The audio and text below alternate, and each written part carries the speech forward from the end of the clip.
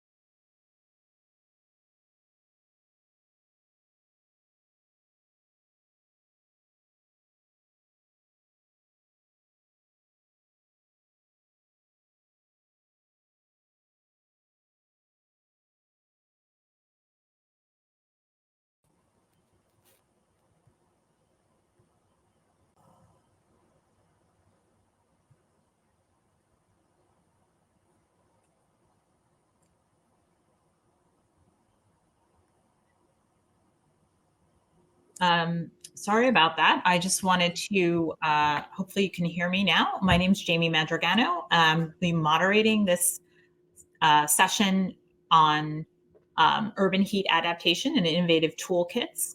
I wanted to thank our sponsors and partners who are all listed here on the slide, without whom this event would not be possible. And I wanted to note also that we're going to have time for Q&A at the end of each of the individual talks. So please go ahead and put your questions into the Q&A box where you'll see the question mark icon, and I'll be looking through those to deliver those questions to our speakers at the end of each of their talks. And we'll probably have a little time at the end of this session as well. So we have a great lineup. As I mentioned, we're going to be talking about a lot of different applied, innovative toolkits that really account for equity as well as within the context of urban heat adaptation. So I'm really excited for these talks. I think they're going to be really interesting for researchers, policymakers, and the public, that is dealing with the threat of urban heat. And so without further ado, I'll introduce each of our speakers at the beginning of their talks. I wanted to just move on to our first speaker, and that is Dr. David Hondula. David is an associate professor at Arizona State University, and there his research focuses on the social and health effects of natural and technological hazards. And in particular, he really focuses on extreme heat and power failures. So with that, let me turn it over to David to get started. Thanks so much, and good morning, everyone out there in virtual world. Greetings from Arizona. It's great to be with you all this morning, and thanks to the program organizers for the chance to be part of this incredible program. The discussion we'll have for the next 15 minutes or so is very much meant to be an invitation to share ideas, to partner, to merge, combine with other initiatives you might have. We're certainly proud of some of the early work we've done to think about what we've called HeatReady standards for cities. here in Arizona and the Southwest, but we know many of you are thinking along similar lines. And I hope we'll have the chance to merge some of our ideas together into something that can really be beneficial and widespread. My co-author for the slides is listed as Liza Kurtz, although really there are a cast of dozens of folks from ASU and local governments here in the Southwest whose ideas are reflected in these slides. The spirit of our work, I think, is really well captured by this quote from my colleague, Melissa Guardaro, from an article in Scientific American a couple of years ago. And we've heard this theme throughout the past couple of days, this heat governance gap.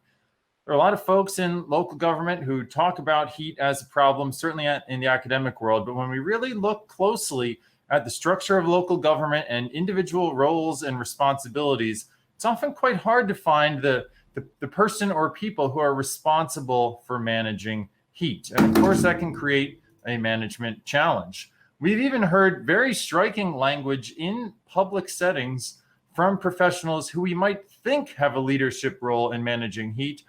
Here from a workshop in Arizona, some of our emergency management professionals explicitly said that they were not sure that heat fell inside their scope of work. And if we're not even sure who's in charge of managing heat in the first place, I think we might all agree that it could be difficult to move forward implementing effective programs.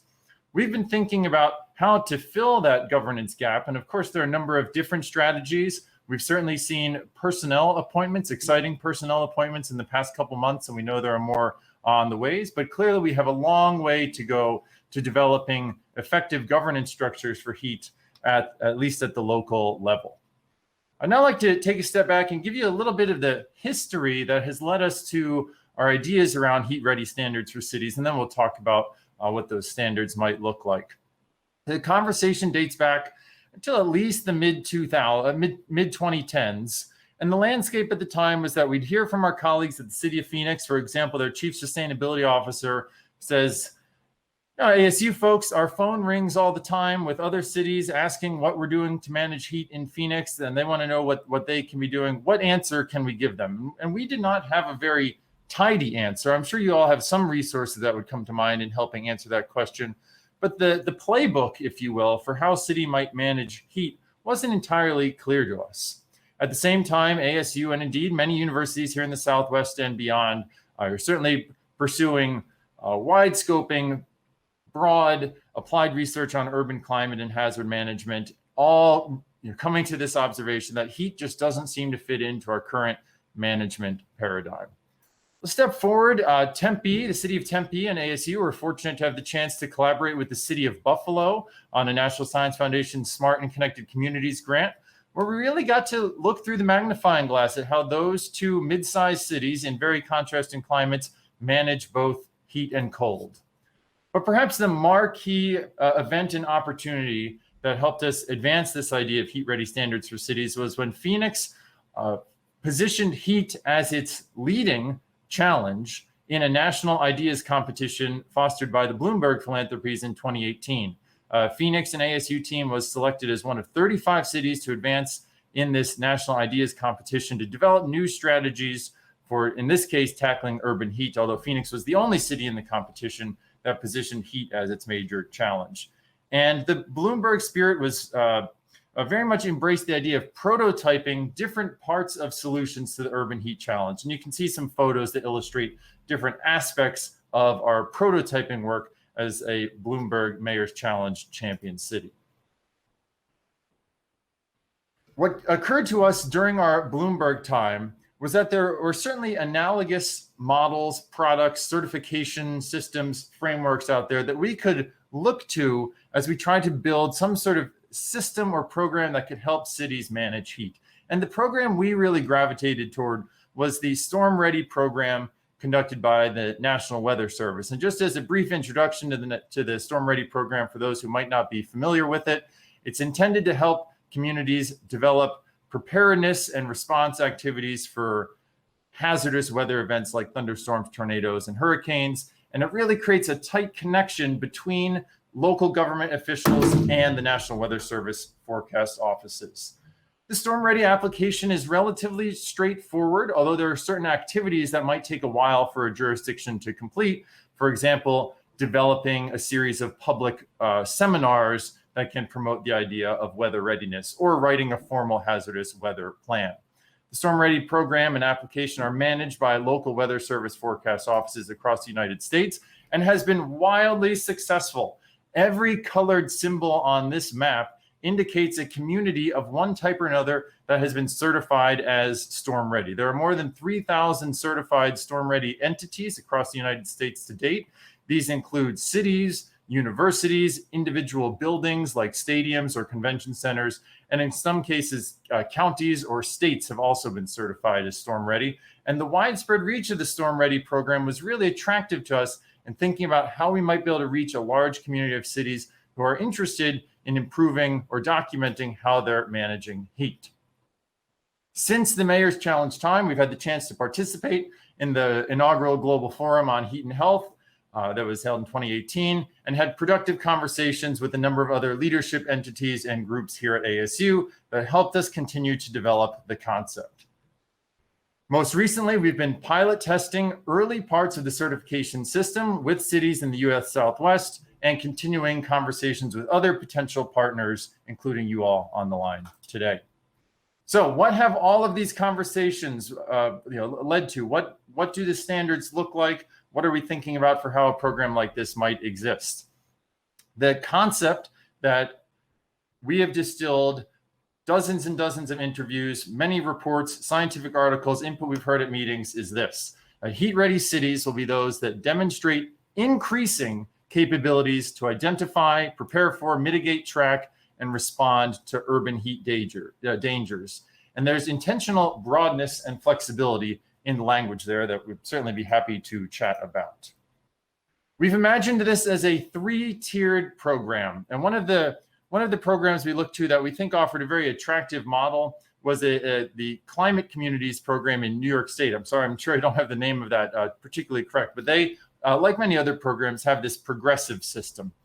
And the input that we received from a diverse range of partners suggested a relatively low bar to entry for this, what we're calling tier 1 cities, where the necessary foundations are in place. And we'll talk more about what that looks like. Tier 2 cities, we've conceived of as those that are actively and comprehensively trying to take on urban heat. So in tier 1 cities, there are foundations in place, like understanding the current landscape of the city, whereas tier 2 cities are actually implementing programs, policies, and solutions to urban heat challenges. And then tier 3 cities would be the most, the level of greatest maturity in the system, where these cities are actually conducting evaluations and iterating their programs to understand how the solutions they're implementing are helping achieve desired outcomes. And for those of us that have been working in environmental health and related domains connected to heat, I think we're all aware that when it comes to evaluating the efficacy of our programs to protect people from heat, we're just really lacking right now. So tier 3 cities, those that are able to evaluate the effectiveness of their programs, not only can help themselves understand what's working, but certainly help contribute to this broader conversation. So as I suggested, we've been pilot testing the tier 1 application with cities here in the Southwest, which we're thinking of as some type of an expression of interest. This is a application process. It all is web enabled, although interestingly, we've heard feedback that a lot of cities prefer to work with a Word version or standalone document. There are checkboxes and short descriptive responses that are involved in submitting a tier 1 application. Basic information about the city, how they engage with weather and climate data, an assessment of community impacts from their perspective. We're interested to learn, why is this particular community interested in improving how it's managing urban heat, an understanding of current heat management and collaboration, as well as the current heat actions in the city. And what we've been learning in our early pilot testing is that steps 4 and 5 can be particularly challenging, especially for the cities that are not necessarily on the leading edge of urban heat management. Understanding who is doing what in the city and how it's related to heat, because there hasn't been a structure, there hasn't been someone in charge of or driving that conversation for many years, turns out to take a lot more effort than we anticipated. We also think that step 3 here is particularly important, articulating some sort of preliminary vision or concept for how and why the city is managing heat. And we think that even the tier 1 application, although it's just an initial expression of interest, can actually catalyze important actions inside City Hall. The tier 2 standards, which we won't have time to talk about in great detail today, really are the meat and potatoes of the system, where we can look, we ask cities to articulate what they are doing across 3 broad categories to take on urban heat. The first category, those mitigation actions, the ones we call mitigation actions, that are those that make the city cooler and more comfortable for people. The types of actions shown here largely parallel what we see in the EPA Heat Island Reduction Guidebook and similar resources, looking at those physical mechanisms that can produce cooling and comfort. The second category that we call adaptation actions, strategies that help people cope with heat. You can see a variety of strategies there. And then what we really think is an important step for this whole system is that this third bucket, the internal actions. What is actually happening in City Hall that's making these first 2 buckets operate? How do city plans work together and talk to one another? What sort of vision and goals have the city articulated? Can it articulate vision and goals for heat? How are they incorporating different data resources? How are they building capacity in the community? All elements across these 3 buckets are scored not only on what's happening, but to what extent is equity considered in implementing those particular actions? How sustainable are those actions? Not necessarily environmental sustainability, but sustainability of that initiative over the long term. Is there funding? Is there community buy-in? And how institutionalized are these practices? Is this a one-time program that a particularly eager city employee implemented? Or is there actually a policy or law on the books that maintains how this program will exist moving forward? Some of the ideas that we've heard, and I know that we're getting close on time here. Some of the pieces of feedback that we've heard about this tier 2. How do we manage the reporting burden? We certainly don't want to be asking cities to spend hundreds and hundreds of hours completing a report on heat, because that's time they could be spending implementing programs that actually help people in the community. So how do we find that balance between detailed information about what cities are doing that can help evaluate their efficacy, while also keeping the reporting burden relatively modest? How do we recognize any sort of effort but reward institutionalization? How do we keep the system flexible? The set of solutions for urban heat challenges is definitely not closed. There are new ideas that come online every day. And just to jump ahead to the 5th one here, how do we focus the system on progress rather than any sort of absolute benchmarks? All cities are going to be starting from a different point in their urban heat management journey. How do we help them all move forward, finding progress as defined by them? Some of the topics we might talk about, you might have some questions. We'd love to hear your ideas. What is going to motivate or incentivize cities to participate in a program like this? For Storm Ready, there's access to discounted insurance rates, and we can talk more about the mechanisms, but there's potential access to discounted insurance through the National Flood Insurance Program. What else is out there like that for heat management? Who can, at scale, evaluate city heat actions, and what capacity and skills do we need to develop for them operating on the back end of this certification program? We also have some colleagues here at ASU. Thank you. We also have some other colleagues here at ASU that are developing analogous programs, thinking about heat-ready schools and more recently heat-ready neighborhoods. And we're very excited about that work that has just got underway. Just to wrap up here, a very quick use case for the, as you can see, in development heat-ready standards for cities. We were able to use the structure of heat-ready to help the city of Tempe think about what heat mitigation actions should be included in the federally mandated hazard mitigation plan, which here in Arizona is written at the county level. And the case for Tempe in 2015 was the same as we see for many, many cities all across the United States. The heat mitigation actions in the hazard mitigation plan were just simply not very good or thorough. Here you can see the entire set of heat mitigation actions that Tempe wrote in the plan: provide water bottles, communicate on social media, And you could argue that the Community Emergency Response Team program has some role, but clearly Tempe and cities elsewhere are doing much, much, much more, and they could be doing much, much more than this for heat.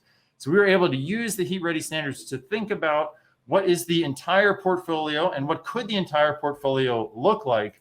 And Tempe now has 38 mitigation actions in the 2021 plan, really critical additions to the hazard mitigation plan, thinking about potential access to federal hazard assistance dollars. Historically, there's been just no back and forth, my understanding anyway, between FEMA and local communities for heat preparedness and heat response, in part because jurisdictions simply have had inadequate documentation in these federally mandated hazard mitigation plans. So we were really happy and really encouraged to see how Tempe was able to take the HeatReady standards, merge them with other work they were doing. They certainly have great champions in City Hall for heat work, and now they may have the most comprehensive set of heat mitigation actions in the country in one of these mitigation plans. As you heard, the timer is up, so we'll wrap it up there. Thanks so much for listening, and looking forward to your input and the conversation moving forward.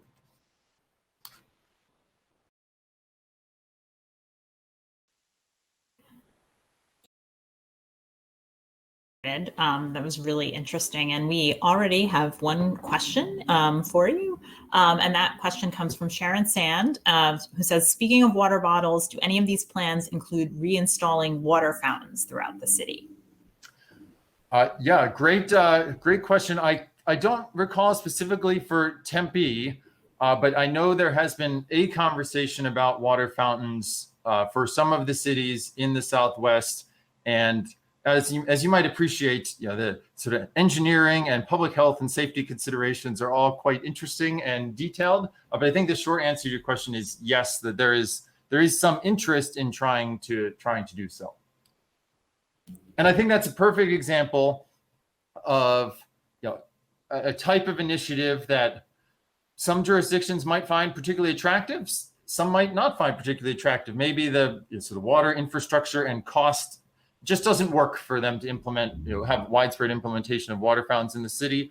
How do we think about a certification system that allows for that flexibility? I don't think it's the job of a certifying entity to require water fountains necessarily, but how do we think about providing water to people in some form or another? Great, thanks. And I'll encourage others to continue to put your questions in the chat. I thought this was a great presentation, really nice overview of everything you're thinking about. And I'm in particular interested in the tier 2 internal actions that you talked about. I think that's a really important aspect of things for something like heat, where maybe there hasn't been one coordinating body. So I was just wondering if you could talk a little bit about some of the lessons maybe you've learned so far within that area on roles and responsibilities and how to kind of sustain that work.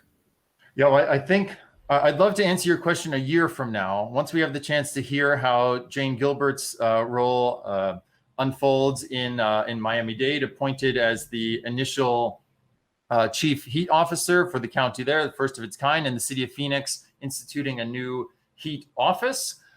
Maybe I'll share, one lesson learned, I think, is we have probably overestimated the sense that there is a network of people already working together on heat in all cities, and even those cities that might seem to be on the front lines, like Phoenix. One of the pictures that I showed was one of these prototyping exercises. It was a hypothetical visioning exercise where the deputy city manager in Phoenix handpicked people to come help us construct a hypothetical heat vision for the city.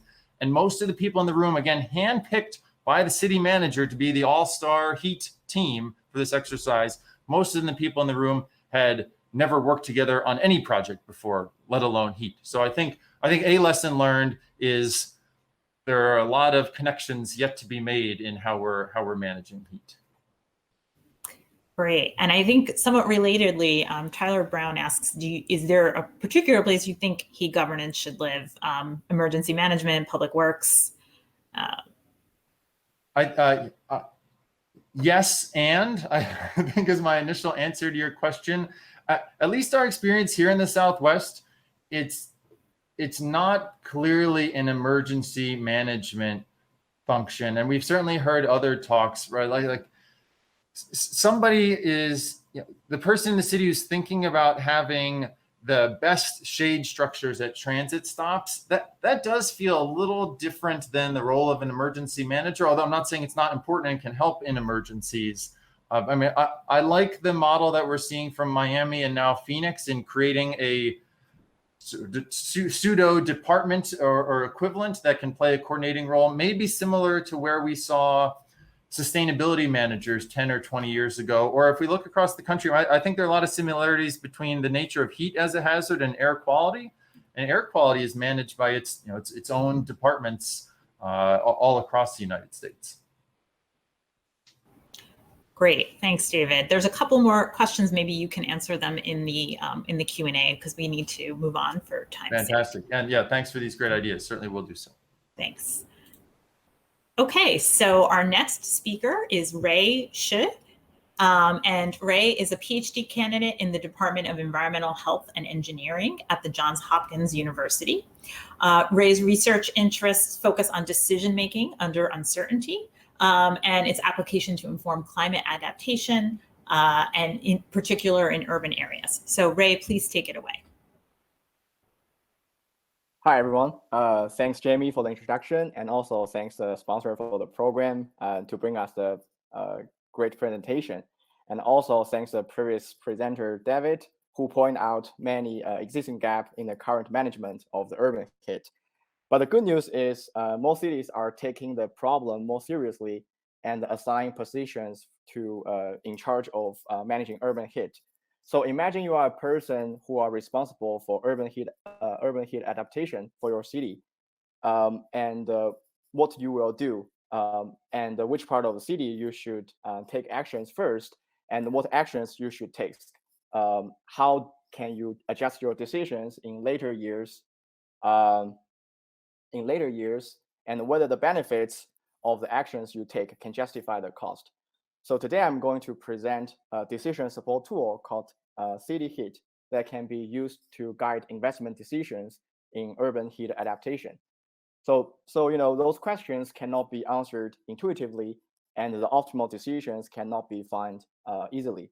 So the CityHeat will address those challenges and find adaptation policies that might be based on multiple planning objectives, as well as consider the uncertainties in the future, such as the magnitude and speed of climate change. So for today's talk, I will first explain the challenges in urban heat adaptation, and then introduce how our model CityHeat is designed. And finally, I will demonstrate this tool through a case study for Baltimore City. The global mean temperature is projected to increase through the end of this century. Although the magnitude and speed is uncertain, it is almost sure that the hot extremes will be more frequent and intense. We have seen many cases in recent years, and without carefully designed adaptation, the health problems can be a major concern in the future. Because of the urban heat island effect, the cities are often hotter than its surrounding rural areas, but the recent monitoring activities and studies have further shown that even within a city, the temperature distributions is highly uneven. Neighborhoods with low income and minority communities often have highest temperatures. And this heat pattern is often found to be related with past discriminatory urban planning practice. So if you see the maps below, you can see the red line areas often have the highest temperatures across the city. So therefore, the urban heat adaptation not only needs to address the health problems caused by heat, but also need to address the equity issues, which were previously undermined. So we have summarized the urban heat adaptation problem is an important problem because we have seen the potential size of the health impacts, and there are some concerns with equity. And also the cost for making those changes in your cities can be expensive. For example, the massive urban greening or urban forestries can be really expensive to do. So this problem is worth carefully considered and planned. But on the other hand, this problem is also tough. First, because there are various of decisions you need to make. For example, you need to decide a location, timing, the magnitude, and type of actions to take. And also the subcity regions are different in terms of the temperature distribution as well as the demographic information. So you want to have subcity level policies instead of treat the city as the entire one. And thirdly, the future is uncertain, and you need to consider those uncertainties when you make decisions. For example, if the warming is really fast, but you invest conservatively, you might lose opportunities to save life. And on the other hand, if the warming is not that fast and you invest aggressively, you might waste money that could be used to solve other problems. So in this multi-year planning task, the learning is really important to take the most recent information to inform your next stage decisions. But a low learning in the process will make the problem further complicated. And finally, there are often multiple objectives desired through the adaptation planning. For example, planners often want to reduce the health burden of the cities, as well as improve the living environment of the city. And also, as we said, the equities was undermined before, and we want to try to restore it. So this is really a complicated, multi-objective, stochastic, dynamic investment problem of very high dimension. The optimal decisions cannot be found intuitively, and that's why we try to build a model, CityHeat, to look for the answers. So the CityHeat starts to ask the questions when, where, and which type of actions to implement in each of the subcity regions, and then those plans will be evaluated across a range of different scenarios represent the uncertainty in the futures. And the scenarios are characterized by different climate projections, population growth trajectories, and also the effectiveness of the actions. And all of these plans will be evaluated using some objectives based on the planner's interest. For example, it could include the health benefits of those policies can bring, and the equity improvements, and the total cost, and so on. And those objectives will be used in turn to optimize the decisions. So by implementing the CityHeat tools for a city, you can get the optimal decisions at the subcity levels across a wide range of uncertainties. So to better accommodate the uncertainty, we allow the decisions to make adaptively, where we continue to use the most updated system informations to inform the decisions for the next stage. For example, the system states could include the previous heat wave conditions, as well as the population growth rate and the implemented actions effectiveness. And we map this system states to these decisions through a policy function. So here I show an example of a policy function, which maps the average heat wave days for the previous 5 years to action changes for the next time period, and with consider the new states in the systems, and it will impact the decisions. And your decisions at this time point will further affect the later system states and affect the later decisions. So the decisions are actually make sequentially, and this policy functions is optimized for each type of actions and in each of the subcity regions. So using these tools, we can find optimal decisions for a city. And after introducing how this model works, we want to show that how it can be used for a real-world case study for Baltimore.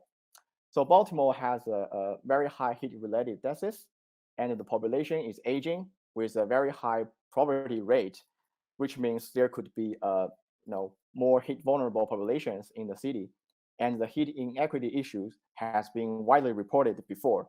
So adaptation for urban heat is really crucial for the city. So here we consider 11 districts defined by the City Department of Planning, and we consider 4 actions, including urban forestry, cool roofs, cool pavement, and cooling centers that can be implemented in each of the districts for the next 20 years. And we also consider 1,500 scenarios, which represent the uncertain futures and are characterized by different uncertain parameters, like the temperature projections, the population growth trajectories, and the effectiveness of the actions. And we optimize the decisions using 5 objectives.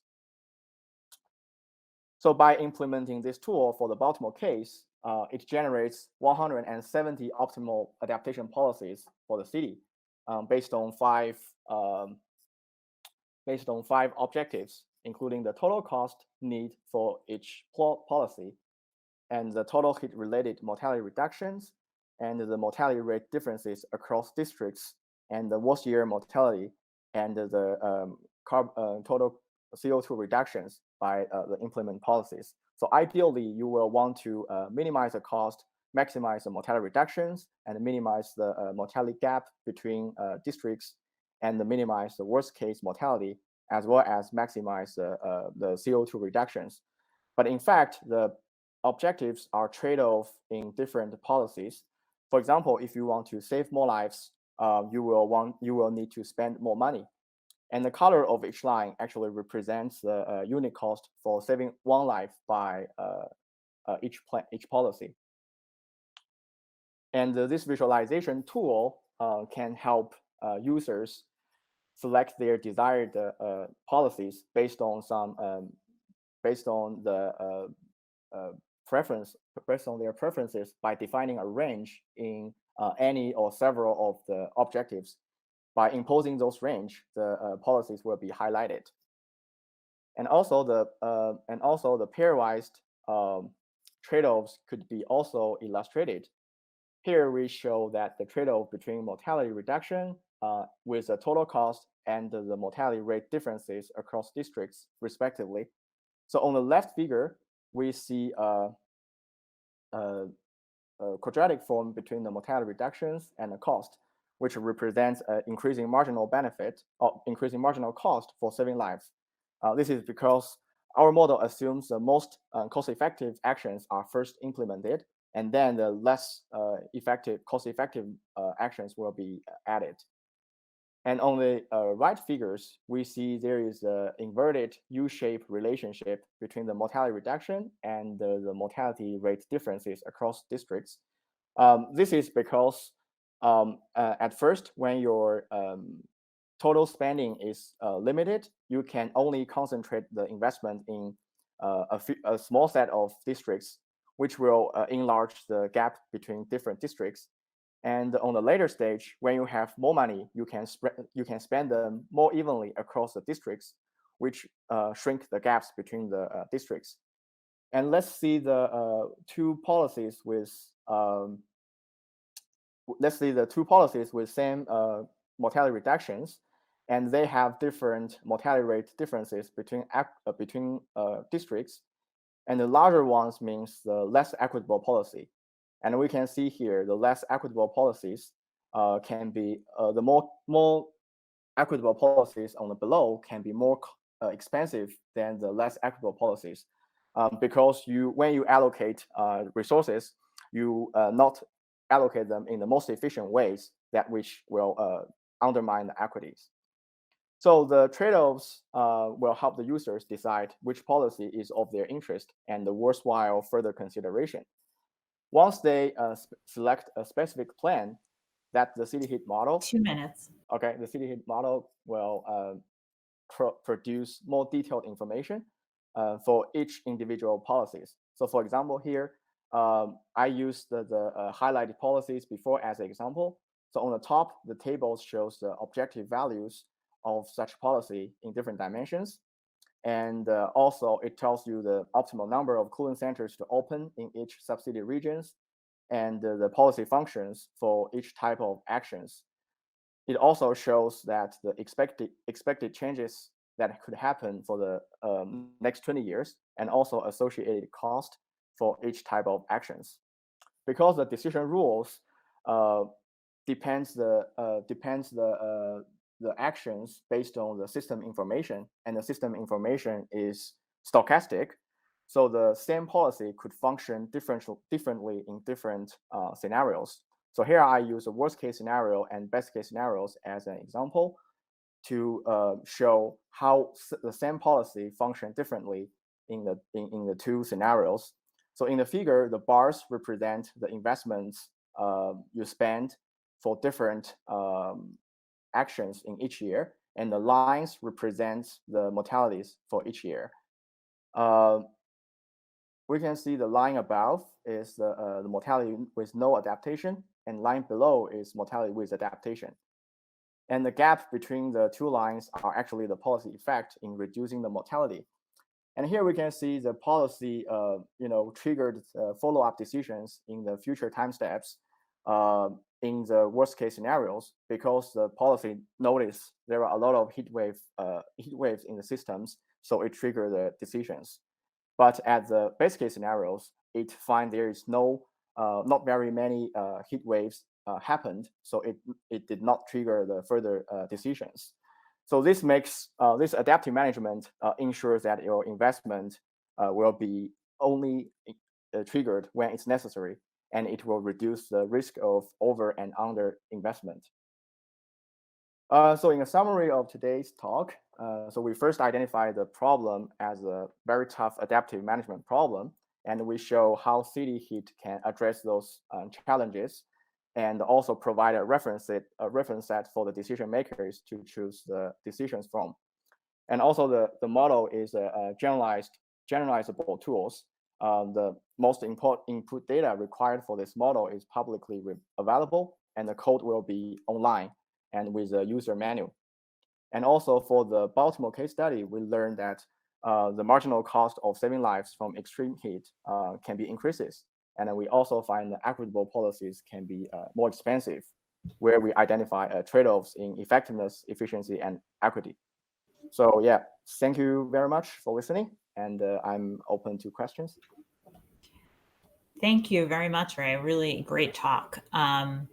And I think we already have a question for you from Claire Richards. What if you were to allocate more resources to those most marginalized communities? Would you still see such a U-shaped curve with mortality differences versus overall mortality?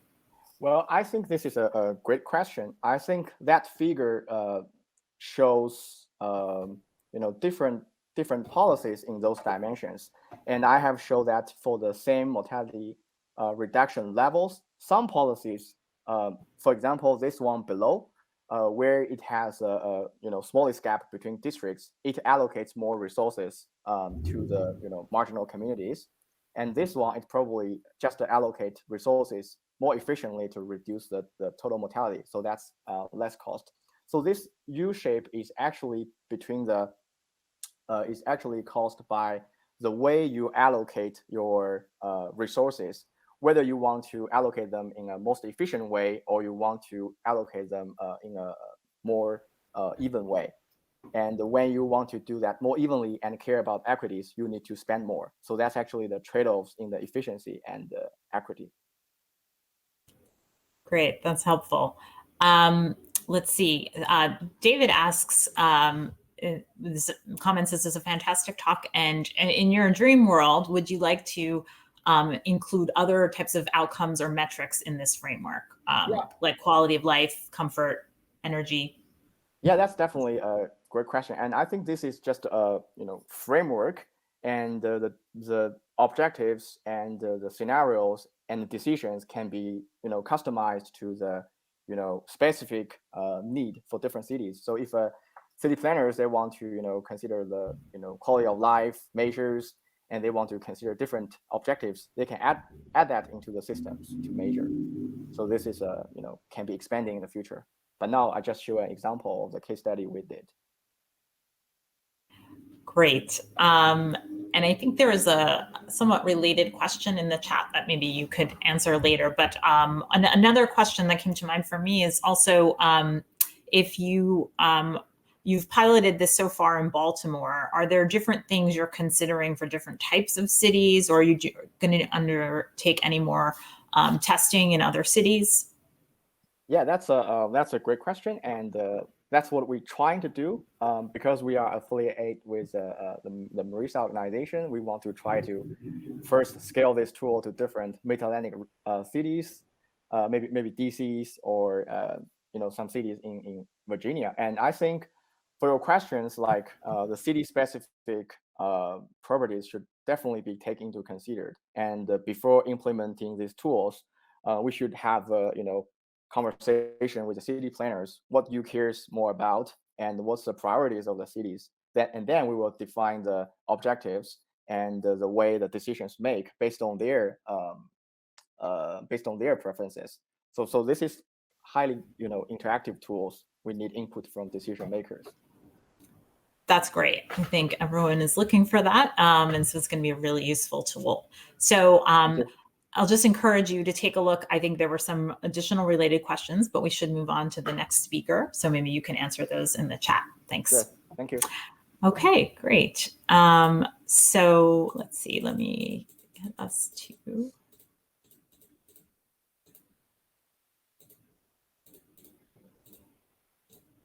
Okay. And so our next speaker is Dr. Max Wei. Max Wei is a research scientist at Lawrence Berkeley National Labs. And he has done a lot of work on energy analysis and environmental impacts. He has 10 years of experience in energy analysis and 10 years of industry experience in advanced manufacturing and technology development. And so I will turn it over to Max to begin his talk. Thank you so much, Jamie. I'd like to thank the organizers and also really thank the presenters on the panel for sharing their insights and their work. I'll be discussing a little bit deeper dive in methods and geography. A project called CalThrives, a California Toolkit for Heat Resilience in Underserved Environments. And the project is funded by the Strategic Growth Council, so I'd like to thank their support. And my partners here are shown on the bottom, Indicia Consulting, USC, and community-based organization, West Fresno Family Resource Center. Actually, a large supporting group. I won't go through everyone, just want to acknowledge my co-PIs, Ronan Levinson and JiaBin Huang at LBL. So our topic for today, extreme heat, is the cause for more deaths than hurricanes, tornadoes, or floods in most years. From The Guardian on the left, California in particular experienced its first rolling blackouts in almost 20 years last year due to extreme heat. So an ongoing and increasing problem.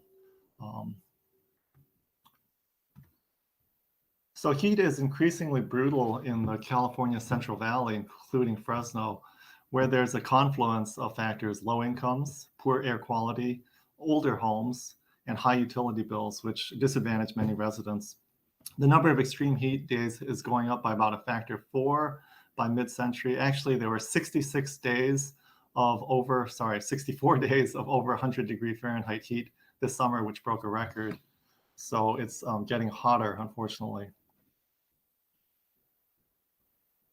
The good news is that we can act now on preventative strategies to mitigate heat health impacts, in other words, the health impacts of extreme heat, in terms of short-term measures and long-term measures. So short-term measures could be things like increasing the awareness of heat-related vulnerability and dangers, identifying areas that are the most vulnerable to extreme heat.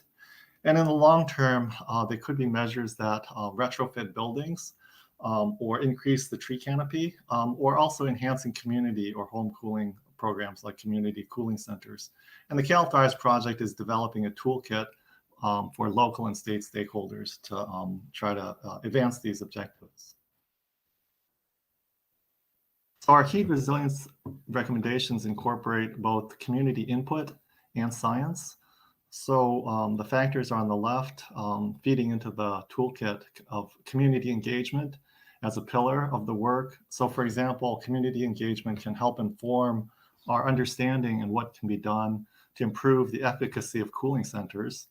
And at the same time, we're doing neighborhood scale building modeling that I'll describe, and also outdoor measure modeling led by USC, so things like tree canopy. I won't be discussing that in detail today.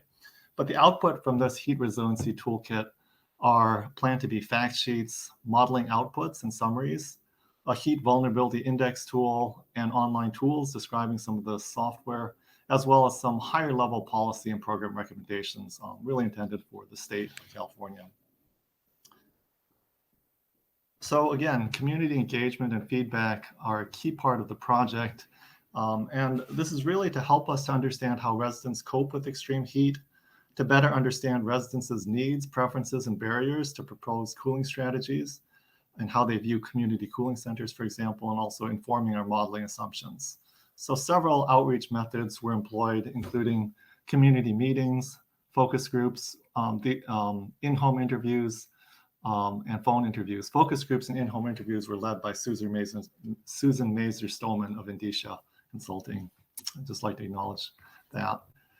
In terms of modeling, the measures, we're not modeling 9 passive indoor cooling measures. That is to say, they do not consume energy in a worst case heat wave with and without grid power available. So several different scenarios.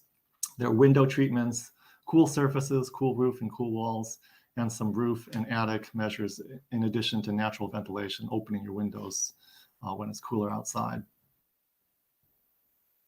We're also evaluating 8 active indoor cooling measures and 4 passive outdoor cooling measures. So active indoor measures are things like ceiling fans, attic fans, portable fans, and air conditioning systems. And then outdoor measures include cool surfaces, trees, and canvas canopies.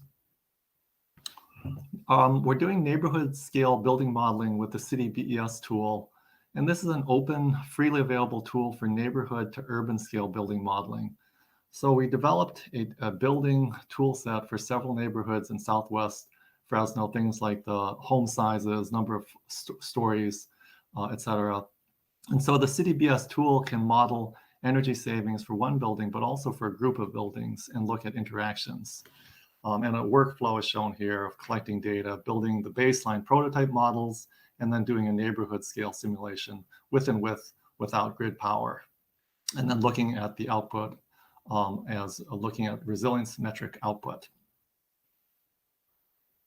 So we're modeling a worst case heat wave, which are 7 days between 108 and 111 degrees Fahrenheit.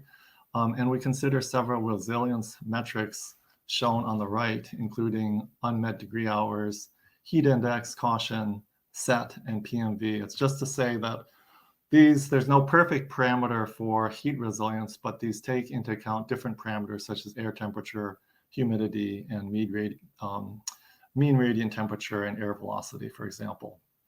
This is just showing the trend of hot temperatures outside and also indoors.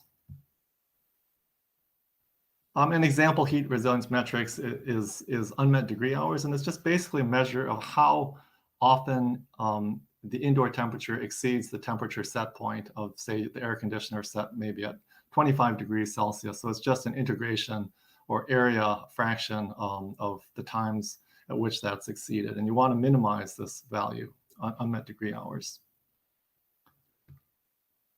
All right, so some community findings from focus groups and individual interviews are there's a surprising number of kinship networks. So that's to say renters from other family members. There are a lot of multi-generational households, and there's a lot of informal family boundaries. So there's a lot of movement between families, and sometimes this becomes an issue in applications. And we found that there's generally a local expert within our focus groups as well, who kind of knew the system, knew about programs and incentives. In terms of our community survey, in general, we're finding that people pay a lot for their utility bills and are hot in general. So a large fraction have electricity costs greater than $150 per month.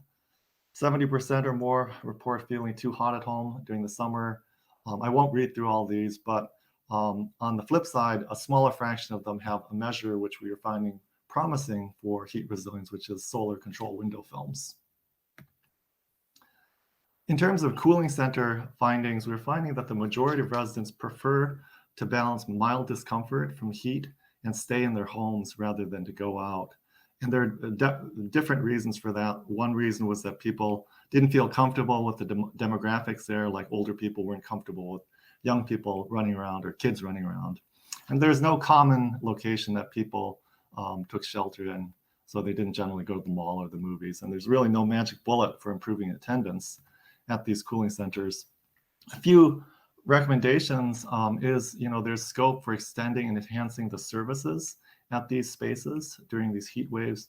These could also be expanded to serve more purposes, such as wildfire or incidences of extreme smoke. So turning them more into emergency response centers. And also there could be a great a potential for taking more advantage of malls, which are generally cooled spaces.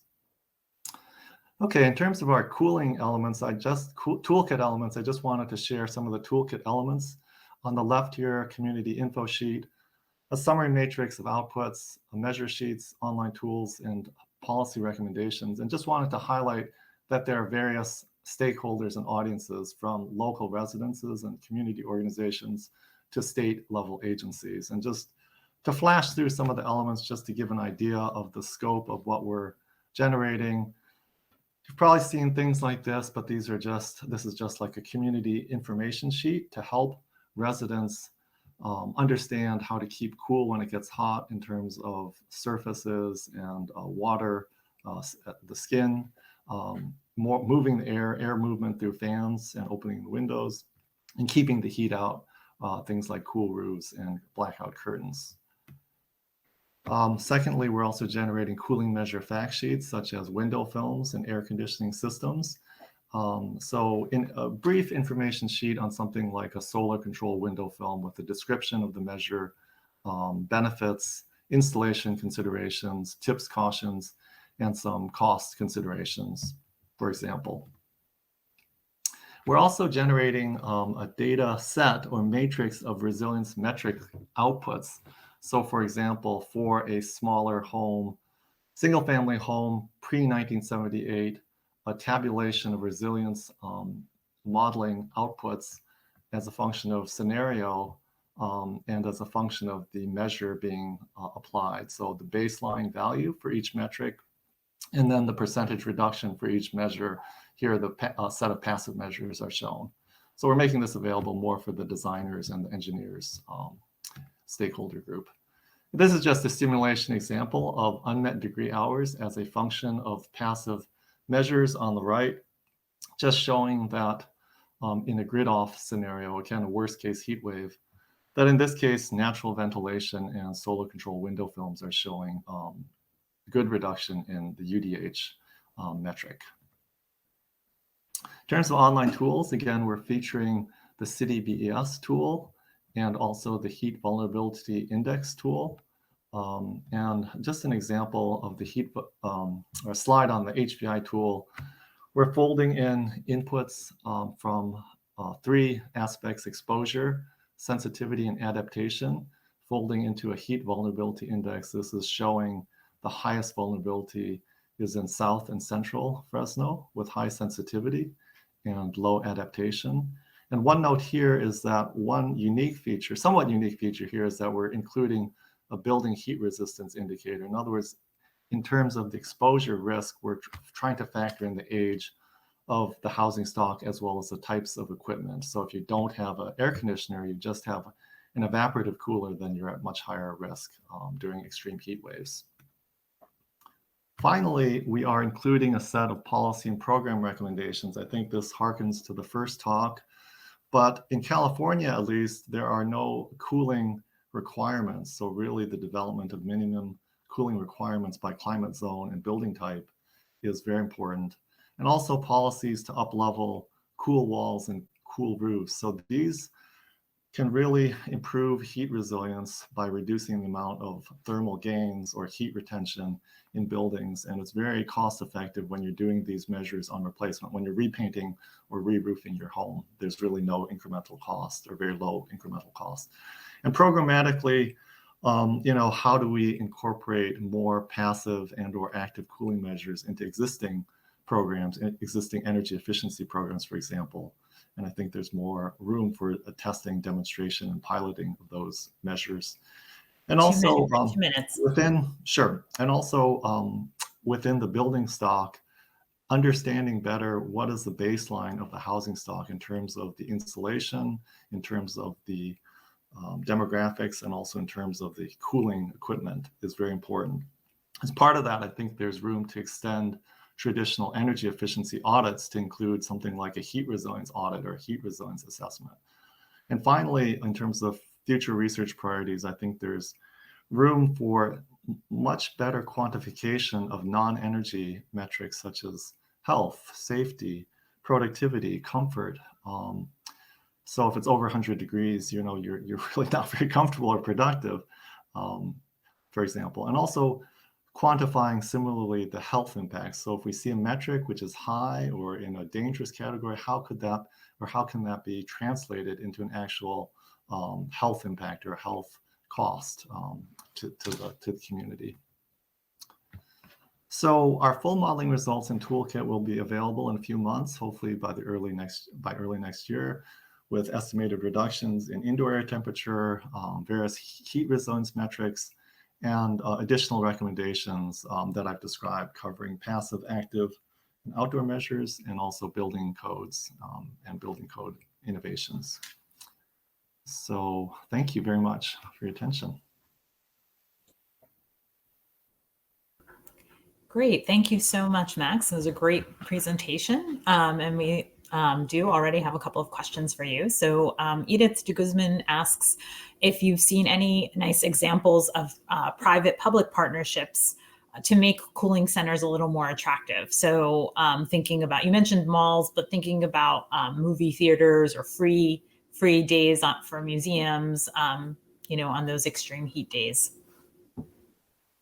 Yeah, that's a very good question. The short answer is no, I'm not aware of that, but that would tie into one of the thoughts that we mentioned there in terms of malls. It could apply to other public venues that Edith is suggesting, like museums, for example. But that's a nice thought. So thank you for that. Great, thanks. And then another question, kind of thinking about all of our compounding hazards. Claire Richards asked the question, oh, actually, sorry, I just lost it. Okay, mentioned that she watched neighbors install a black roof recently during the heat dome in Washington State, and was wondering if you have thoughts on solutions when you're thinking about heat, wildfire smoke, and a power outage. From your talk, it seems like it could be the solar film, but do you have any thoughts about that? Thinking about everything. That's probably too much of a all-encompassing question. I totally appreciate the question, but there are a lot of pieces and moving parts to that. So, I mean, just very briefly, I think the black roof probably is not what you want to do necessarily, because it could really soak up heat if it's a large, big box. I'm not sure of the context of that exactly, but you might want to go to a cool roof. Again, if you're going to be re-roofing something, you should definitely strongly consider a cool roof.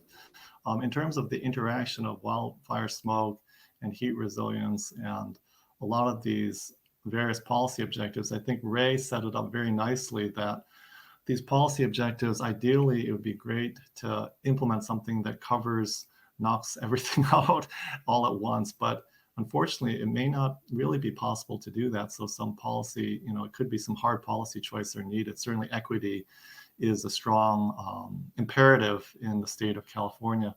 And there are very interesting trade-offs also, because if there's wildfire smoke and extreme heat, then you may or may not have adequate protection to both. You may want to open your windows, or you would have otherwise opened your windows at night, for example, when it's cooler. But if there's wildfire smoke, you want to close your windows, and that's not so good in the case of wildfire, because keeping your windows closed is it's not necessarily the best situation for heat. So it's a great question. I'm just not sure I can answer it quickly here. So, but just some thoughts there. Sure. Thanks, Max. And I think one last question we have time for from Katie Loa, who says, for unmet degree hours for a power outage, how did you estimate the loss of cooling for different residential buildings? E.g., how did you estimate how a single family home loses cooling at 12 p.m. versus an apartment building losing air conditioning at 4 p.m.? Yes.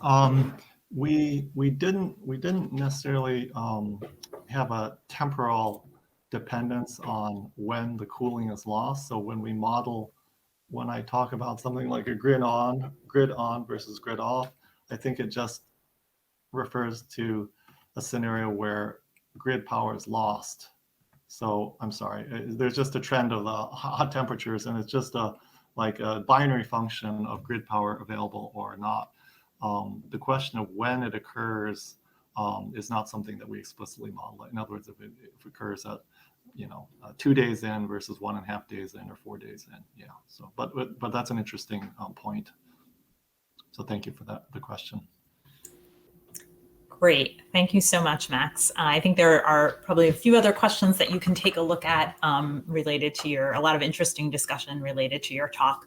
But for the sake of time, we'll move on to our next and final speaker. Thanks.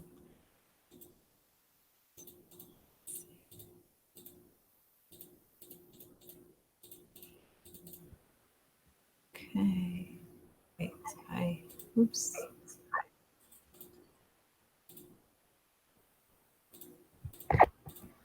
Okay, there we go. And so next we have Taj Schottland. He's the Senior Program Manager at the Trust for Public Lands National Climate Team. And he has over a decade of professional experience working as an adaptation and resilience specialist, project manager, and restoration ecologist. And he's going to talk about some case studies from LA and Richmond. So I'll hand it over to Taj now. Thanks. Thanks, Jamie. And thanks to the organizing team that put on this event. You all have been incredibly well organized, which makes all of our jobs easier as presenters. So thank you. And yeah, so my name's Taj Schottland. I'm the Senior Manager on the Trust for Public Lands National Climate Team. I'm based here in Vermont, but happy to be able to join you all in California virtually. So today I'm going to be talking about the Trust for Public Lands Climate Smart Cities program, and in particular, 2 case studies from California cities of how they've applied our resources and tools to really guide adaptation measures on the ground. Before I get started, I just want to call out a shout out and thanks to the many colleagues that I work with every day and helped put together this this abstract that we submitted to the symposium, also helping guide the work every day. Incredible team, and really appreciate all their work. And I also wanted to just share briefly an announcement that our team is growing. And we actually just announced yesterday that we are bringing on Dr. Howard Frumpkin, who many of you may be familiar with, but he's a global thought leader in environmental health, planetary health, cities and nature, and he's going to be overseeing our climate health and equity work. And if you don't already know him, check him out. He's wrote some incredible books, really an incredible individual, and we're really happy and lucky to be able to bring him on board. So for those that aren't familiar with the Trust for Public Land, we are a national park and conservation organization, one of the largest in the country, about 320 staff around the country, helping implement our mission, which is to create parks and protect land for people, ensuring healthy, livable communities for generations to come. Now, we have a sort of a formal commitment as an organization to climate health and equity in everything that we do. We really view parks as critical infrastructure. And when it comes to extreme heat, there's a growing body of evidence, maybe even an overwhelming body of evidence that shows the importance of deep green parks in keeping our communities cool. There was some really great work that NOAA funded a couple years ago in Baltimore and DC that went out and looked at air temperatures during a heat wave. This was work that Vivek Chandas and others led that you all probably are familiar with. And their findings were incredible. They were able to see that parks, deep green parks in those cities were as much as 17 degrees cooler than nearby low-income neighborhoods that lacked adequate parks and green space and street trees. And just think about that for a second. During a heat wave in the middle of the summer, a 17-degree difference. It's huge. And that's the difference between experiencing a moderately uncomfortable warm day and experiencing a life-threatening heat wave. And on the same day, the same time, in the same city, what decided whether you were experiencing that mildly uncomfortable day or that life-threatening heat wave was your zip code and whether you had the money to live in a wealthy white neighborhood that had all of those parks and all of those trees and all of that green space. And it's not right, it's not just, it's not equitable. And so we're really focused as an organization on closing that park equity gap, because those parks really are critical infrastructure for keeping our communities safe and cool and resilient in the face of the climate crisis. So before I get to the case studies, I want to provide just a little bit of context about our Climate Smart Cities program, what it does, what we're aiming to accomplish, a little bit about it, and then we'll dive into the case studies from California. So our climate program has been around for about 10 years, and we've grown and evolved, learned a lot over that time, changed some of what we do to support our partners more effectively. But the key pillars of the program and the objectives of the program have stayed pretty much the same since the beginning.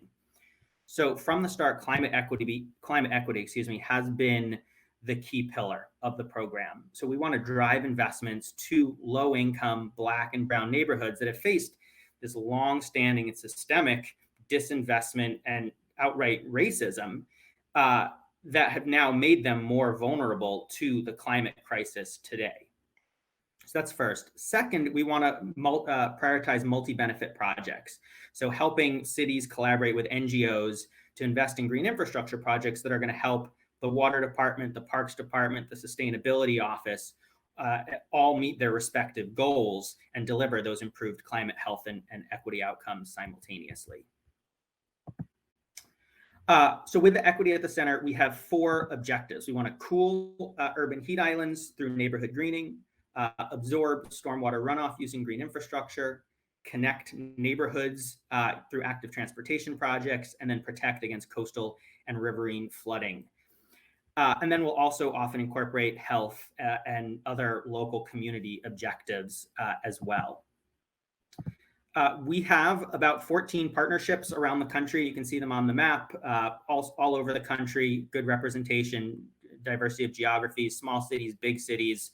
Most are city specific, some are regional, including in Los Angeles, which I'll talk about in a second.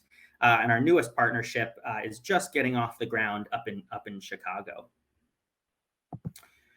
So our approach that we follow when we go in and develop one of these partnerships stays fairly the same, and then we tailor it to the local geography. And it starts with a discovery process. We want to learn who are the key stakeholders, what are the local and regional climate and environment goals, who are the key stakeholders that we need to be engaging, what are the drivers and barriers to green infrastructure, to addressing extreme heat, to addressing stormwater runoff, and what are the data sources and modeling efforts that we can bring to bear to help mitigate those barriers. Then we'll work on research, partnering with research institutions, consulting firms to fill any data gaps.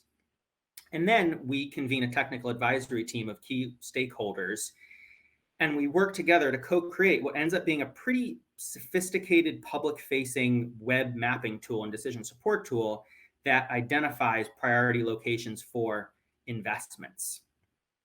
From there, planning is important, it needs to be done, but what gets me really excited and what I see sort of changing people's quality of life is when it then moves to the implementation phase.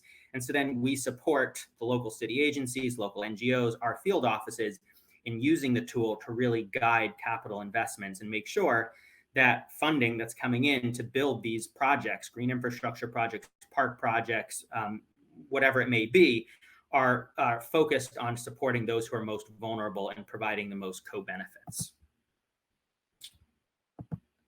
So here's just a quick screenshot of one of the decision support tools. You can see here, this is from Metro Boston. We create these, you see here, we create these overall priority locations that are moderate, high, very high priority locations for green infrastructure. And these are based on a ton of local data sets that technical advisory team tells us. These are the important data sets around extreme heat, around flooding, around tree canopy, around connective, active transportation projects. And we bring all that together into this decision support tool, feed it through a model that's calibrated with the local technical advisory team to create these overall priority locations that the city can use, community-based NGOs can use, and it really brings this data and democratizes it so that people can make transparent decisions about why they're making the capital investment decisions that they are making. The tool also includes green infrastructure suitability metrics. All of the data goes all the way down to the parcel level, which is pretty rare for these types of decision support tools. So you can use the tool to look at overall city planning, neighborhood planning, or even parcel level analysis to see, okay, yes, there's need in this neighborhood. Is this parcel actually suitable for a green infrastructure project, for a tree planting project, to cool those heat islands? So as I mentioned, there are 14 of these tools around the country, cities using these tools. And so the cities can learn from each other. And Los Angeles can learn from Denver, which can learn from New Orleans, and apply those lessons learned and advance their work. So starting with Los Angeles. So they, as part of their resilience plan, Objective 6, and you can't really see it here because of the stacked screenshots. But goal 6 of the resilience plan was really to identify cooling priorities through a multi-tiered heat analysis and equity analysis. And so they drew from our decision support tool satellite data to identify daytime hotspots, nighttime hotspots, and then overlaid it with equity information. So people of color, low income populations, high prevalence of asthma, populations over 64, under 5, as well as a number of other equity metrics. And that was sort of step one in identifying those priority locations. Then when they launched their Cool Streets initiative, Cool Streets LA, they used that same multi-tiered analysis to go in and show through a very transparent way, this is why we are selecting these first pilot locations, because they are a heat island, because they are in a high equity need area.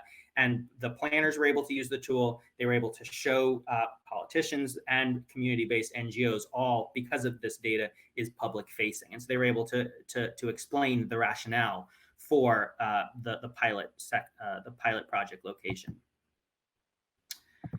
LA Metro is another interesting use case. We were talking with them maybe about 6 months ago or so, but they have some funding to do some retrofits of their bus stops.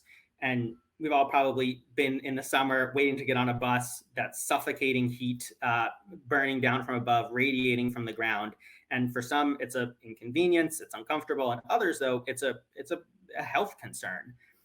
And so they have funding to do these retrofits, but they can't do it everywhere, right? They don't have the funding to do that. So they're using a mixture of our data, the Climate Smart Cities tool, bus ridership info that they have to create this prioritization scheme that will guide their upgrades and retrofits, cooling retrofits to their bus stops. And that work is ongoing.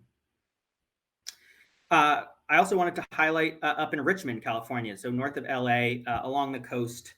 We worked there to develop a decision support tool similar to what we did in LA, brought the partners together, brought all the data into this tool, and then we stayed very engaged and supported them in developing their city resilience roadmap.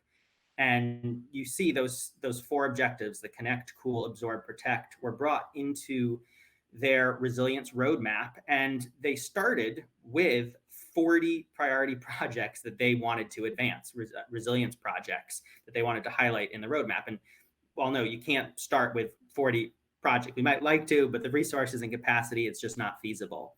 And so they took it from 40 projects down to 20 projects, down to 9 projects, using those 4 objectives, the decision support tool, as well as community engagement and community input, and other planning inputs to hone in on those 9 priority projects. So before I wrap up, not every city has a Climate Smart Cities decision support tool. We would love to be able to do that, but not every city has that. So we still want to provide resources to others. And so we partnered with it's called Descartes Lab in New Mexico. They're a supercomputing lab, and we brought our satellite data processed it through, it was land surface temperature satellite 2 data. minutes. Processed it through their satellite, through their supercomputer, and created a really first of its kind national urban heat island data set. That's at 30-meter resolution, showing land surface temperatures and pinpointing those hotspots in pretty much any city around the country. And so you can find that, just search Esri Urban Heat Island Severity for US cities, and you'll be able to see a web viewer as well as an image service where you can download that data and process it through your own GIS software. The last thing that I wanted to highlight is ParkServe. So some of you may be familiar with it. It's a platform that identifies where the greatest park need is in essentially every city, 14,000 cities around the country. And it identifies where the parks are, where they're not, and the top 5 locations. If you wanted to improve park access, this is where you would want to invest. And so we took that existed, and we took that and we wanted to be able to merge it with heat island risk, because we know where the parks are and where they're most needed for park equity. And we know where the heat islands are in every city around the country. And so we brought them together to be able to identify optimized points for urban greening.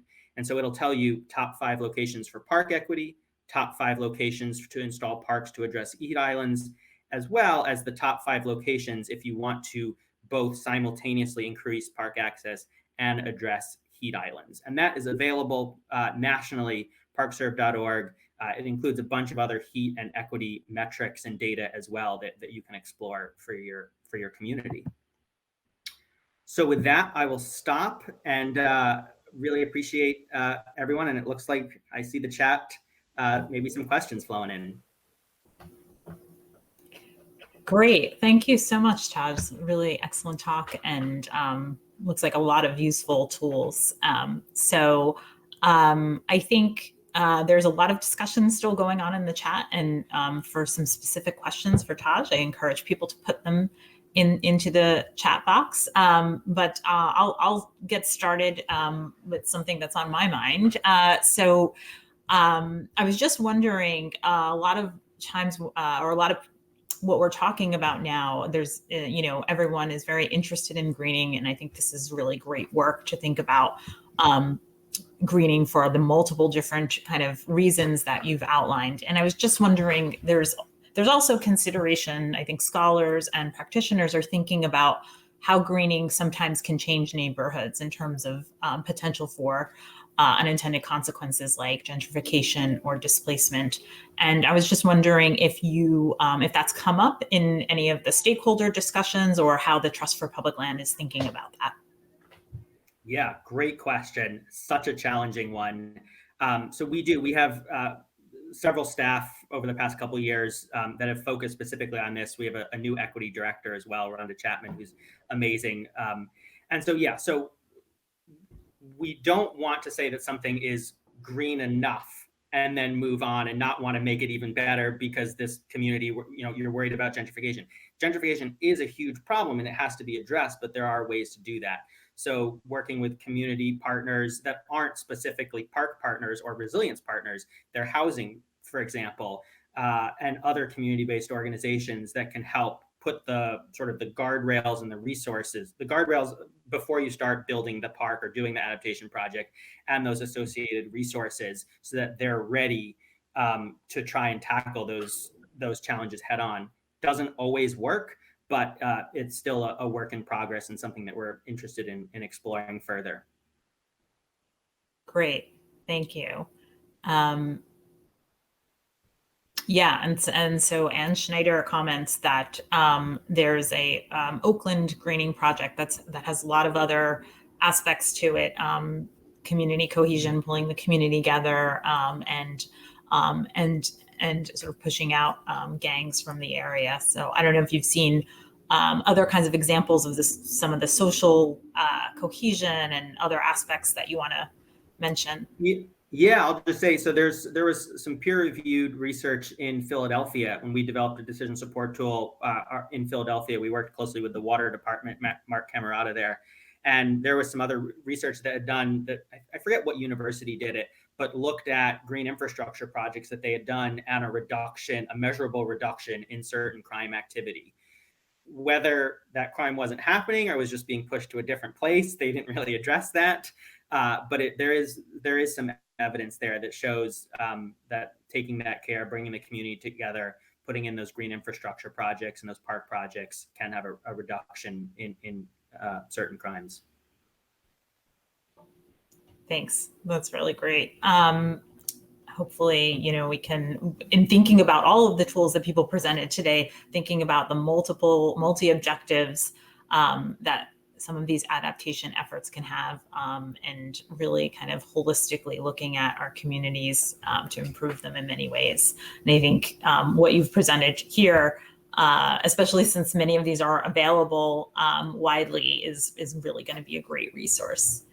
I think we're getting close to the wrap up, but I wanted to maybe open it up to all the panelists. I know that there have been a lot of discussion in the chat. I probably haven't caught everything, but certainly is several times people have asked, some of our audience members have asked about the availability of the different tools presented. And so I was wondering if any of the panelists want to jump in, not just on the availability of your specific tools, but maybe, of course, feel free to mention that, but just also thinking about the scalability of some of these tools. Some of them are already sort of, you know, widely covering, but for the ones that are more specific, how they might be scaled up and what are maybe barriers you might face, or what you're thinking about for next steps in terms of encouraging broad uptake of these tools. Well, I can just share briefly as others come on. So if for folks that aren't already familiar, the Smart Surfaces Coalition is a major coalition that is advancing sort of the analytic engine, or making the economic case for all of these different cooling projects around the country. And so go check out their website. There's a lot of information. They released a great report in Baltimore recently, but the Smart Surfaces Coalition, they're going places, and lots of good resources there. Yeah, I would just add a comment in terms of the tools that I described. While our project is pretty localized to the Fresno area and the Central Valley of California, it is applicable in general to other areas. I think one of the things that is needed for this and modeling in general is the input set of what is really on the ground. And that can happen at different levels of disaggregation, but ideally it would be nice to know, you know, the home conditions, the AC systems, how well these work, the insulation conditions, the window or fenestration is a technical term, the demographics, the number of residents. It's a lot of information, because just looking at averages, or, you know, the average across the census tract, you know, that might not really be the right level of resolution. And so this is a challenge, because it's hard to get that data. We tried through surveys and census data and working with local NGOs and so on. But, you know, ideally you should go door to door almost and do audits and assessments, as I was suggesting. So I think that's an opportunity, but also a challenge.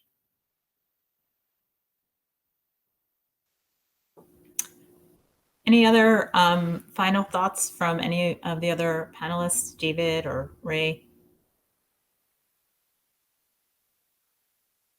Yes, also I want to say the CityHeat tool will be online soon. We will have a publication maybe in months, and the code will be open source. So if you are interested to try this for your city, you can, stay tuned. I will give a link. Fantastic.